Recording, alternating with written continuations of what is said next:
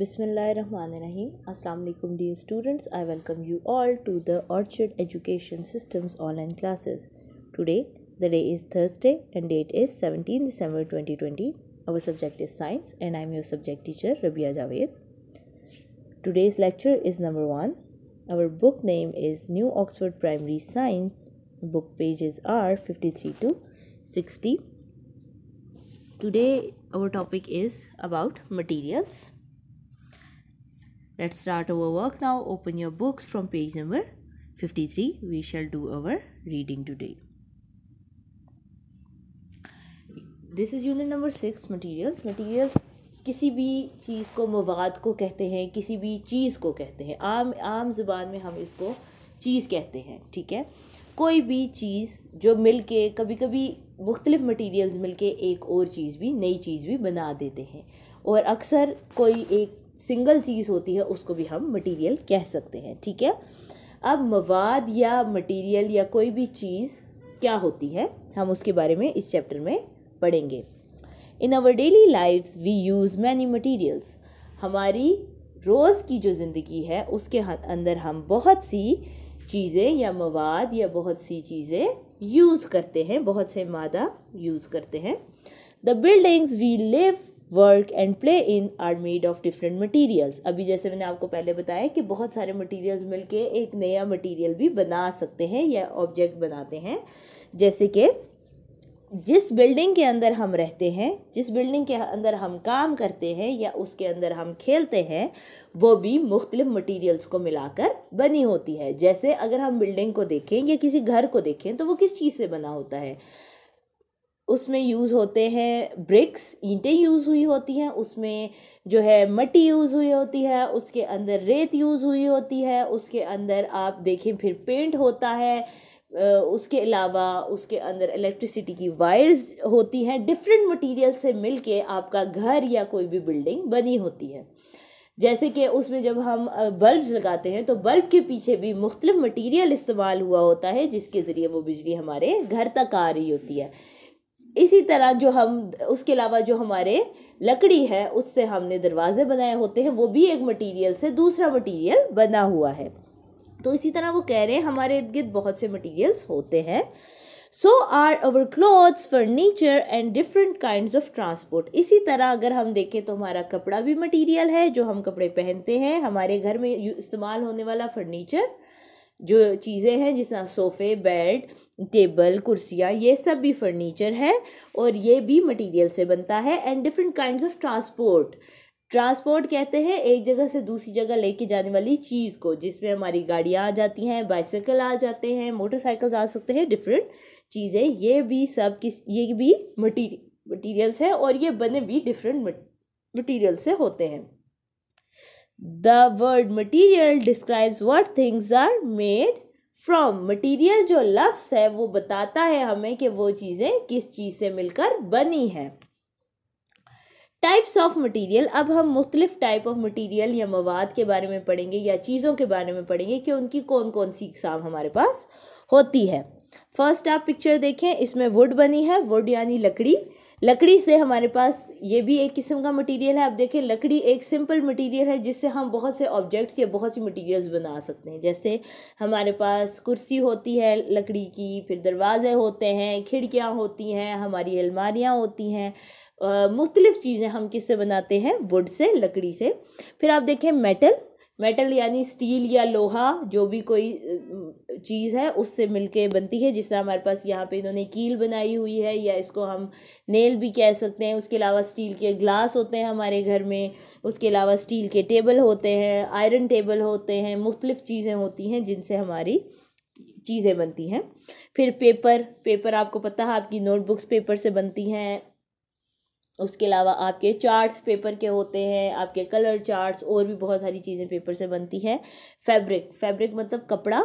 आप कपड़े के बारे में जानते हैं कि कितनी चीज़ें हम मटेरियल्स उससे बना सकते हैं. प्लास्टिक के आपको पता है ग्लास होते हैं, बर्तन होते हैं, प्लास्टिक के खिलौने होते हैं, प्लास्टिक की चेयर्स होती हैं. हर चीज़ मुख्तलिफ ये मटेरियल से बनती है और आगे से और मटेरियल्स भी बनाती है.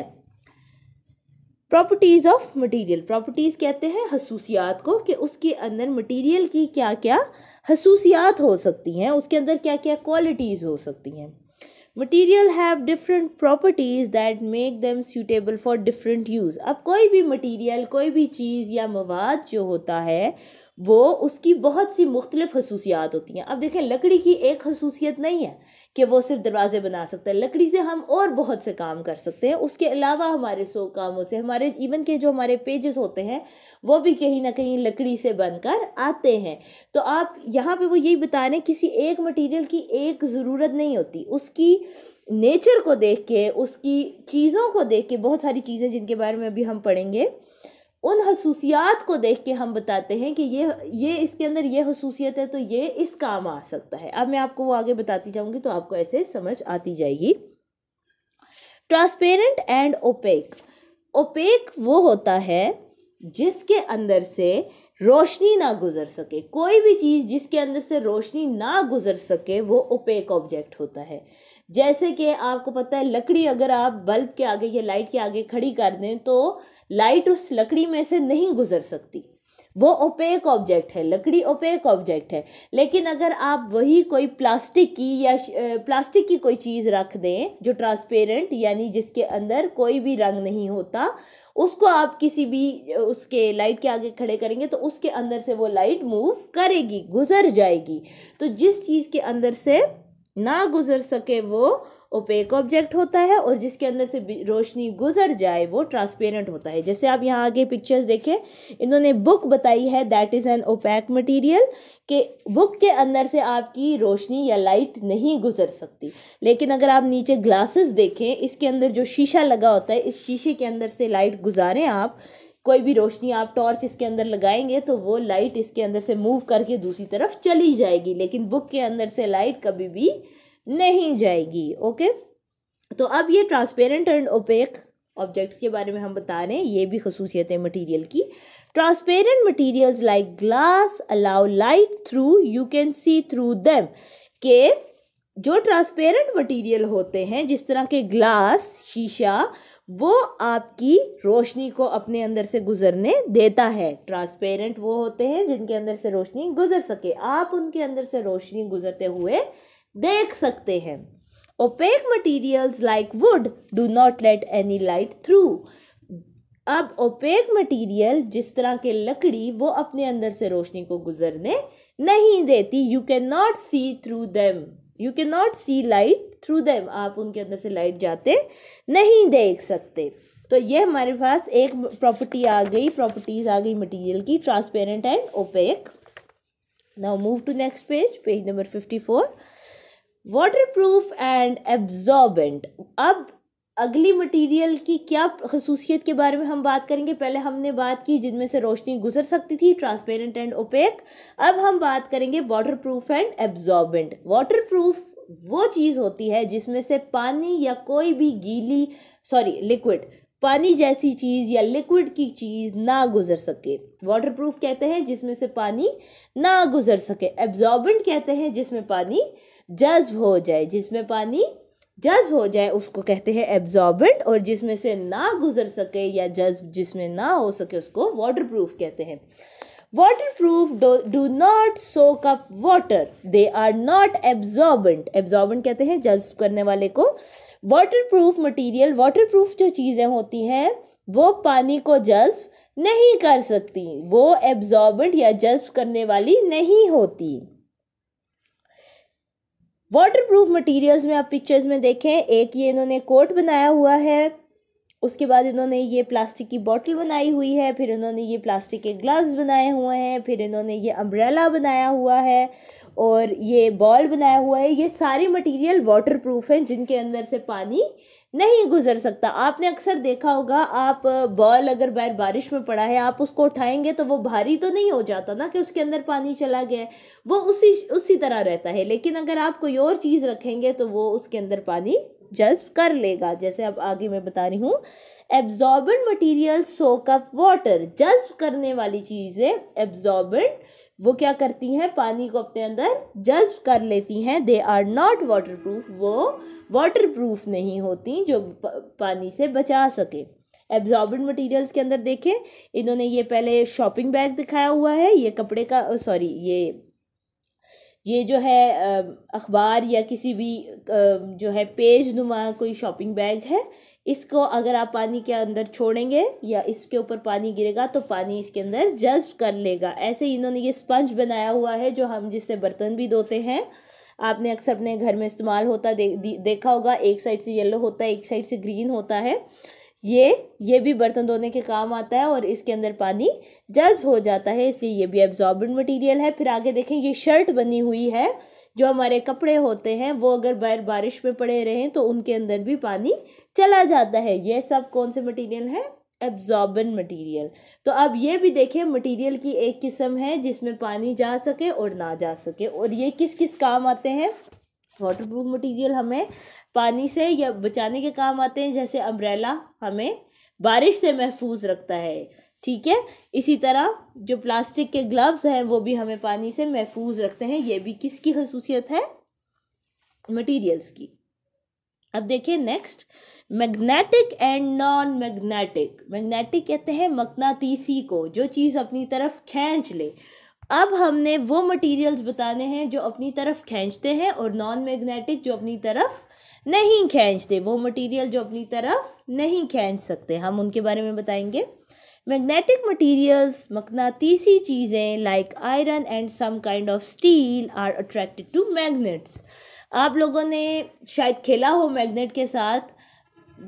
जब भी आप किसी लोहे की करीब लोहे की चीज़ उसके करीब रखेंगे तो वो अपनी तरफ खींच लेता है, तो वो मैग्नेटिक मटेरियल होता है। कोई भी लोहे की चीज़ या फौलाद की चीज़ या स्टील जिसको हम आम जुबान में कहते हैं, वो अगर आप रखेंगे कहीं तो वो फ़ौरन मैग्नेट को अपनी तरफ खींच लेगा। जैसे कि आप अगर कभी कोई कील किसी मैग्नेट के करीब रखेंगे वो उसको खींच लेगा, स्टील का कोई ग्लास रखेंगे वो उसको खींच लेगा, लेकिन लकड़ी रखेंगे तो वो उसको नहीं खींचता। आगे देखें, non magnetic materials are not attracted two magnets. Non magnetic material वो मटेरियल या चीज़ें होती हैं जो मकनातीसी ना हो, जो मैग्नेट की तरफ एक दूसरे को ना खींच सकें। जैसे कि नॉन मैग्नेटिक मटेरियल्स में देखें, प्लास्टिक की बॉटल है, आप प्लास्टिक की बॉटल किसी मैग्नेट के करीब रखेंगे ये उसको नहीं खींचेगी। लकड़ी जो है वो भी नॉन मैग्नेटिक है। ये रेज़र या रबड़ जिसको हम कहते हैं वो भी नहीं खींचेगा, और पेज भी नहीं खींचेगा। लेकिन अगर आप कोई स्टील या आयरन की चीज़ रखेंगे तो वो मैग्नेटिक होगी, वो उसको अपनी तरफ फ़ौरन खींच लेगा। पेज नंबर 54 हो गया। ये हम अभी क्या पढ़ रहे हैं? मटेरियल की ये सब खसूसियात हैं, जिनमें पहले हमने पढ़ी ट्रांसपेरेंट एंड ओपेक, फिर हमने पढ़ी वाटरप्रूफ एंड एब्जॉर्बेंट, फिर थर्ड हमने पढ़ी magnetic and non magnetic materials. Now move to next page, page number 55। इसमें आप देखें ऊपर जो गिवन है, फ्लेक्सिबल एंड रिजिड। फ्लेक्सिबल कहते हैं लचकदार को, जो मूव हो जाए किसी भी डायरेक्शन में या किसी भी शेप में चेंज हो जाए, वो चीज़ फ्लेक्सिबल होती है। एंड रिजिड, रिजिड कहते हैं सख्त चीज़ को जो अपनी शक्ल तब्दील ना कर सके। Flexible and rigid. Flexible materials like cloth and paper are easy to bend. Flexible material कौन से होते हैं? लचकदार, जो किसी भी तरह की शक्ल में ढल जाते हैं या मुड़ जाते हैं, जैसे कि कपड़ा या कोई भी कागज़। कपड़ा या कोई भी कागज़ वो आराम से जो है उसमें लचक आती है, वो किसी भी शक्ल में मुड़ जाता है। Rigid materials like glass and concrete can not be bent easily. इसी तरह रिजिड मटेरियल जैसे कि ग्लास या कंक्रीट या बजरी वगैरह कोई भी ऐसी चीज़ है, ये इतनी सख्त होती है, या पत्थर वाली चीज़ इतनी मजबूत होती हैं ये कि ये फ़ौरन जो है बेंड यानी मुड़ना, बेंड कहते हैं मुड़ने को, वो आराम से मुड़ नहीं सकती। रिजिड मटेरियल्स वो होते हैं जो आराम से मुड़ ना सकें, लचकदार ना हो, जो सख्त हों इतने ज़्यादा।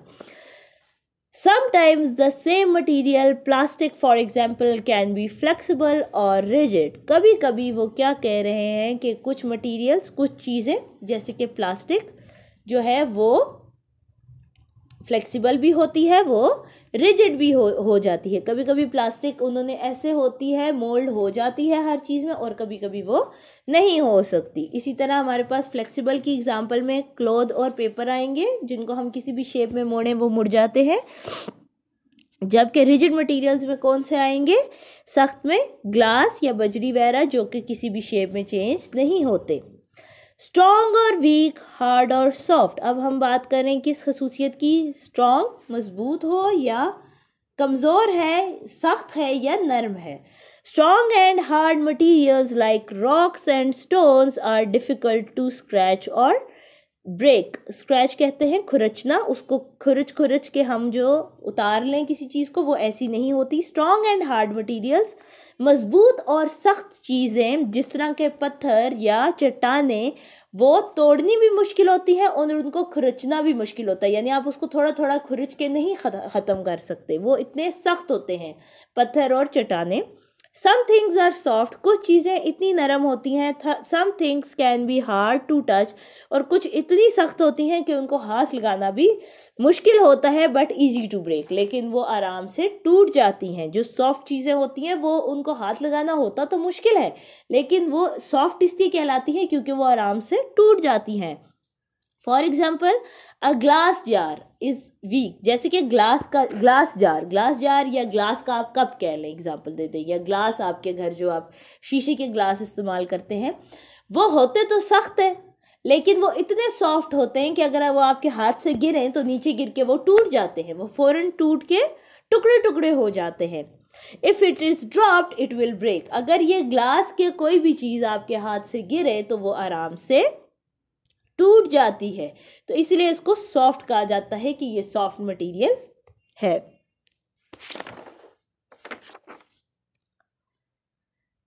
नेक्स्ट है कंडक्टर। कंडक्टर कहते हैं जो अपने अंदर से कोई चीज़ गुजार सके उसको हम कंडक्टर कहते हैं।